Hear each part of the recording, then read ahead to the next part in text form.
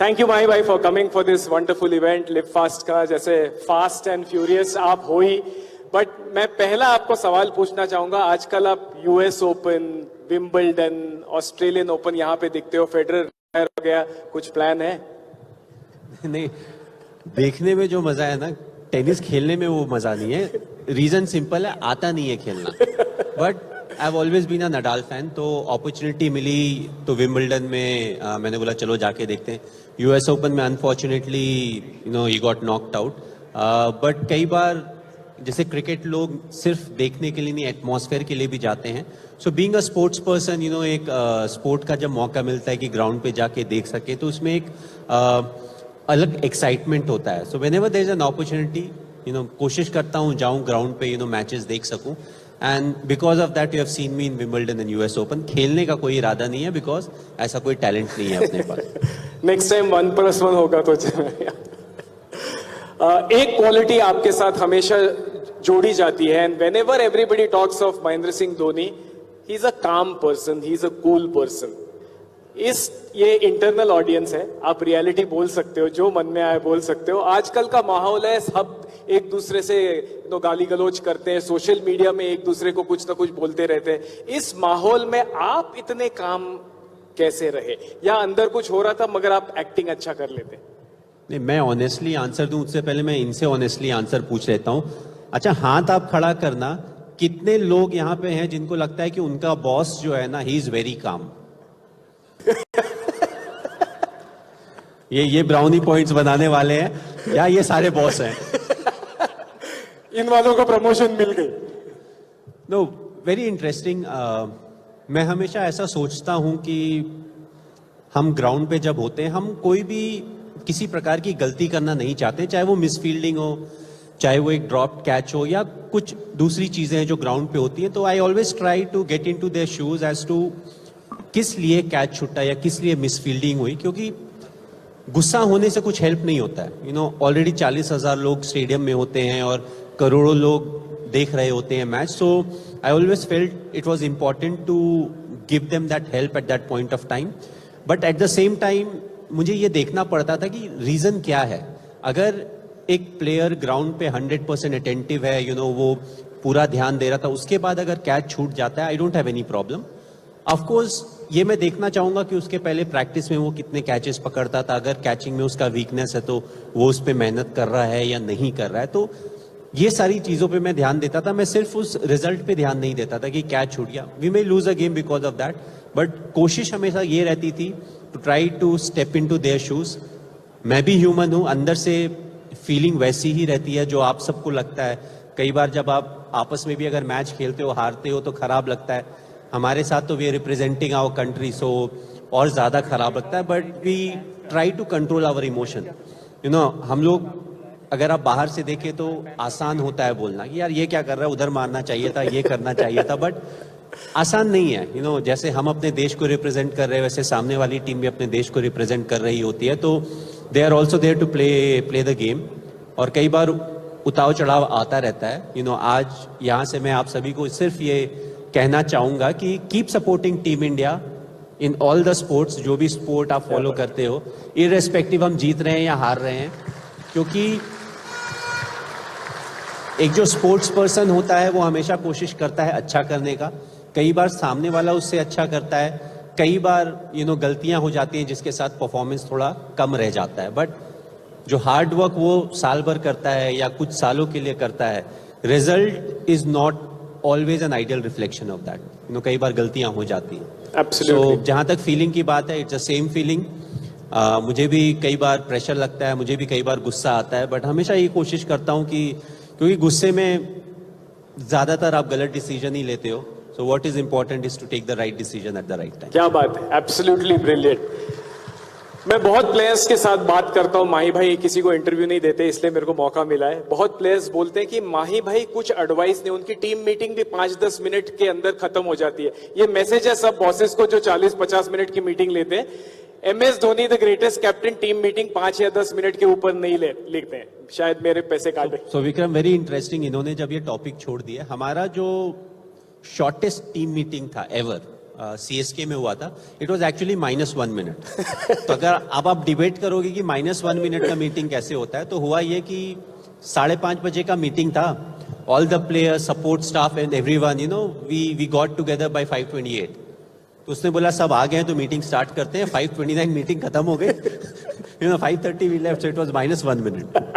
That is amazing. क्योंकि जसप्रीत बुमराह ने मेरे को बताया था कि जब उनका डेब्यू हुआ तो MS धोनी कैप्टन थे, तो उनको लगा कि MS धोनी कुछ बड़ा लेक्चर देंगे, पावर पॉइंट प्रेजेंटेशन करेंगे, टारगेट्स दिखाएंगे। तो ऐसा कुछ हुआ नहीं। बुमराह ने कहा कि मैं गया माही भाई के पास, उन्होंने कहा तेरे को जो आता है तू कर ले।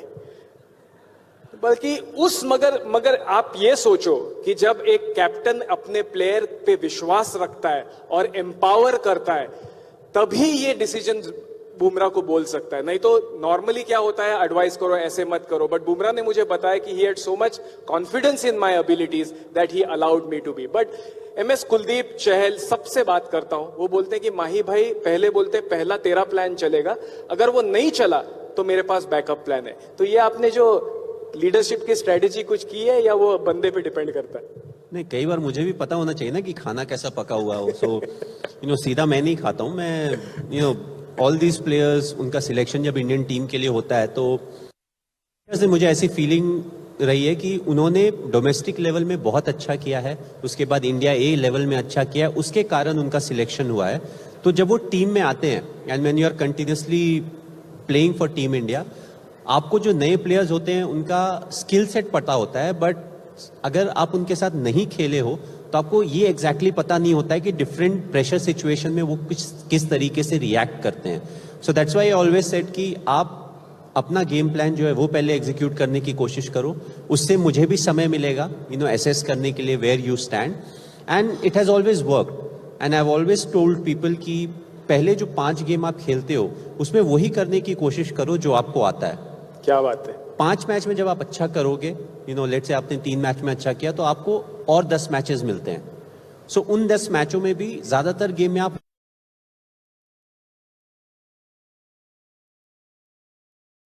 जो भी स्किल सेट होता है उसको इंप्रूव करने की कोशिश करते हो। बिकॉज रीजन सिंपल है, आप इंडिया को रिप्रेजेंट कर रहे हैं क्योंकि आपने उसके पहले जो अपना टैलेंट दिखाया था उसके कारण आपका सिलेक्शन हुआ था।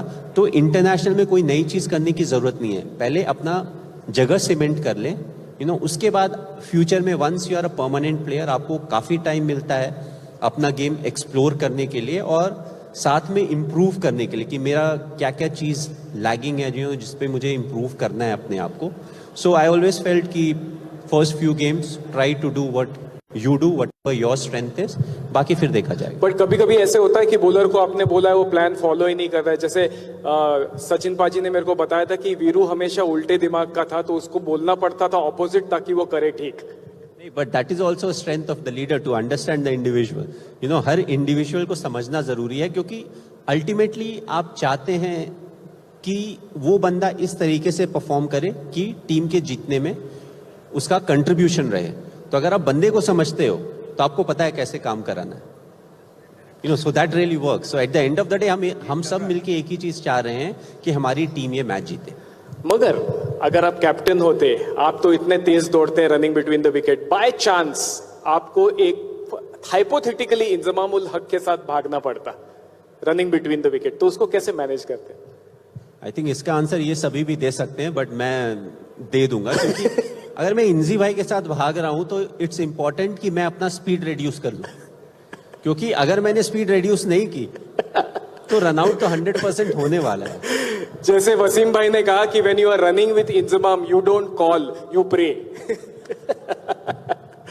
बट माई भाई, एक तो हम सब लोगों को समझना है, एक बहुत इंपॉर्टेंट होता है कि हाई परफॉर्मेंस स्पोर्ट में और हमारे सबके लाइफ में डीलिंग विद प्रेशर। हर बंदा इंटरनेशनल एथलीट आपके लेवल का वो प्रेशर की अपनी एक डेफिनेशन बनाता है। जैसे मैंने एक बार जिमी कॉनर्स को कहते हुए कहा था, बहुत महान टेनिस खिलाड़ी थे, वो कहते थे कि जब प्रेशर आता है इसका मतलब कुछ अच्छा होने वाला है, बहुत पैसे मिलने वाले हैं मेरे को। तो मैं प्रेशर को ऐसे समझता था कि कुछ अच्छी चीज हो जाएगी, इससे मेरा प्रेशर कम होते गया। तो आपके ऊपर इंडियन क्रिकेटर पे जितना प्रेशर होता है वो किसी के ऊपर नहीं होता, क्योंकि आपका परफॉर्मेंस रिव्यू हर रोज 1.2 बिलियन लोग करते हैं। तो आपका क्या रवैया होता है डीलिंग विद प्रेशर? बिकॉज हम सब सीखना चाहेंगे इसमें से। वेल प्रेशर हम सबके जीवन का एक इम्पॉर्टेंट पार्ट है. हम लोग सक्सेस और फेलियर की बात करते हैं. सक्सेस से काफ़ी कुछ आप सीखते हैं. Failure actually teaches you a lot. Similarly pressure एक अपॉर्चुनिटी भी होती है. अगर आपके ऊपर प्रेशर नहीं है तो आपके पास वो अपॉर्चुनिटी नहीं है हीरो बनने की. So pressure is always good. Because अगर अपॉर्चुनिटी ना दी जाए तो आप प्रूव कैसे करोगे कि आप अच्छे हो. And when you are under pressure it is very important कि आपके जो कंट्रोल में है आप उसके ऊपर ध्यान दे रहे हैं. ये चीज के बारे में सोचना कि हम ये मैच हारेंगे या जीतेंगे इररिलेवेंट है. मुझे अभी क्या करना है वो ज्यादा इंपॉर्टेंट है, क्योंकि मैं अभी जो करूंगा उससे शाम को मुझे पता चलेगा हम मैच जीते हैं या हारे हैं. लेट्स से अगर आप में से किसी को कोई असाइनमेंट दी गई है, आप वो असाइनमेंट किस तरीके से प्रिपेयर कर रहे हैं दैट इज मोर इम्पॉर्टेंट. आपके बॉस या सीनियर आपके बारे में क्या सोचेंगे वो इररिलेवेंट है, क्योंकि अगर आपका प्रोजेक्ट या असाइनमेंट अच्छे से आपने बना के प्रेजेंट किया है, you will get appreciated for it. So no point thinking what others will think. You have to be 100% honest to yourself. You have to give the assignment proper time. उसके बाद जो भी result आएगा, you have to accept the result. And whether it's good or bad, accept करने से क्या होता है, अगर कुछ खामियां रहती हैं, so you accept it and you look to improve. Next time it's an opportunity कि अगर similar situation में अगली बार मैं रहूंगा तो मुझे क्या गलती नहीं करनी है. So you always get a lot of learning. आप वो लर्निंग को अपने लाइफ में रखते हैं through out your life. It keeps helping you. Very simply अगर मैं बोलूं, जो आपके कंट्रोल में है उसके ऊपर ध्यान दे. जो आपके कंट्रोल में नहीं है उसके ऊपर सोचना बहुत ज्यादा फायदेमंद नहीं है. क्या बात है. कंट्रोल द कंट्रोलेबल्स जैसे कहते हैं. माई भाई, मेरी एक थियरी है, आप सिर्फ हाँ या ना बता दो आपकी थियरी, और उसकी आपकी काउंटर थियरी बता दो. इंडिया में ना जो बंदे लास्ट मिनट काम करते हैं ना उनको हम सेलिब्रेट करते हैं. जैसे जो स्कूल में बंदा हुआ करता था जो रेगुलर पढ़ाई करता था तो उसको कहा और रेगुलर पढ़ाई करता है, बड़ी बात क्या, अच्छे मार्क्स मिल गए. मगर जो लास्ट डे पढ़ाई करता था और उसको अच्छे मार्क्स मिल गए, क्या amazing.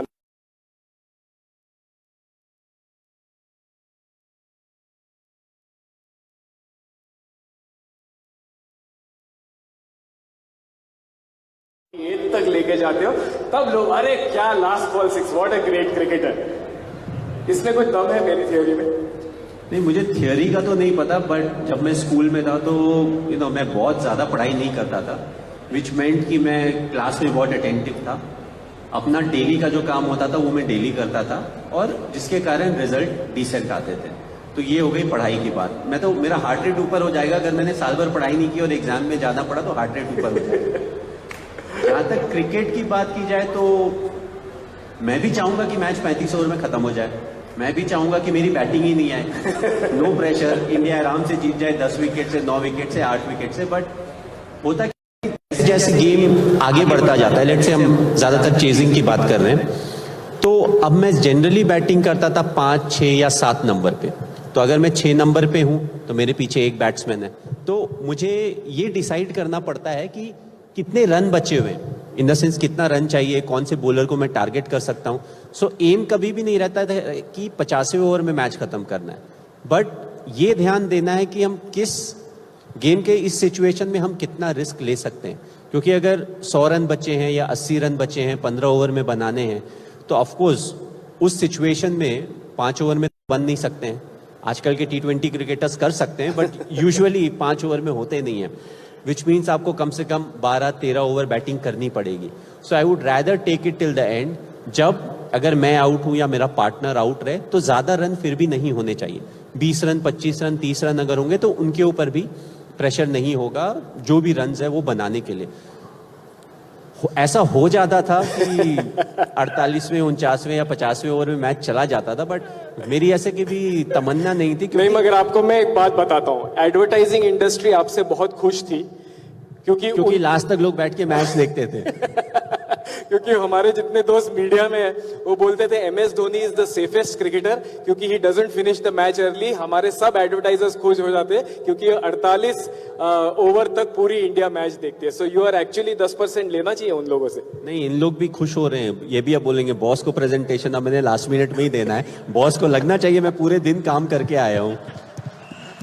Thank you very much, MS, for being such a sport. A huge round of applause for MS Dhoni.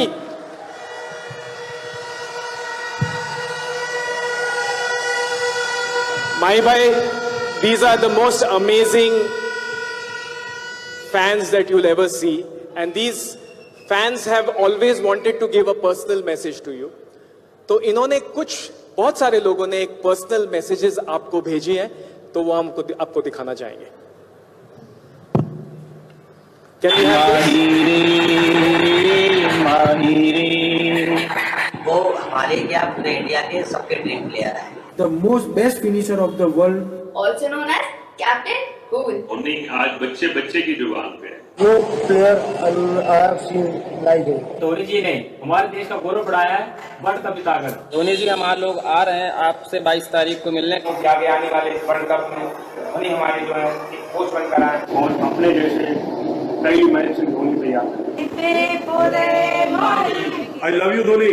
Now everybody get ready to meet Mahi celebration. Helicopter, helicopter, like Mahi to helicopter. MS Dhoni, number 7. MS Dhoni, number 7. MS Dhoni, number 7. Lucas Cabrera, ambassador. क्या बात है. Please give a huge round of applause for these fabulous messages. Come on, a loud up round of applause.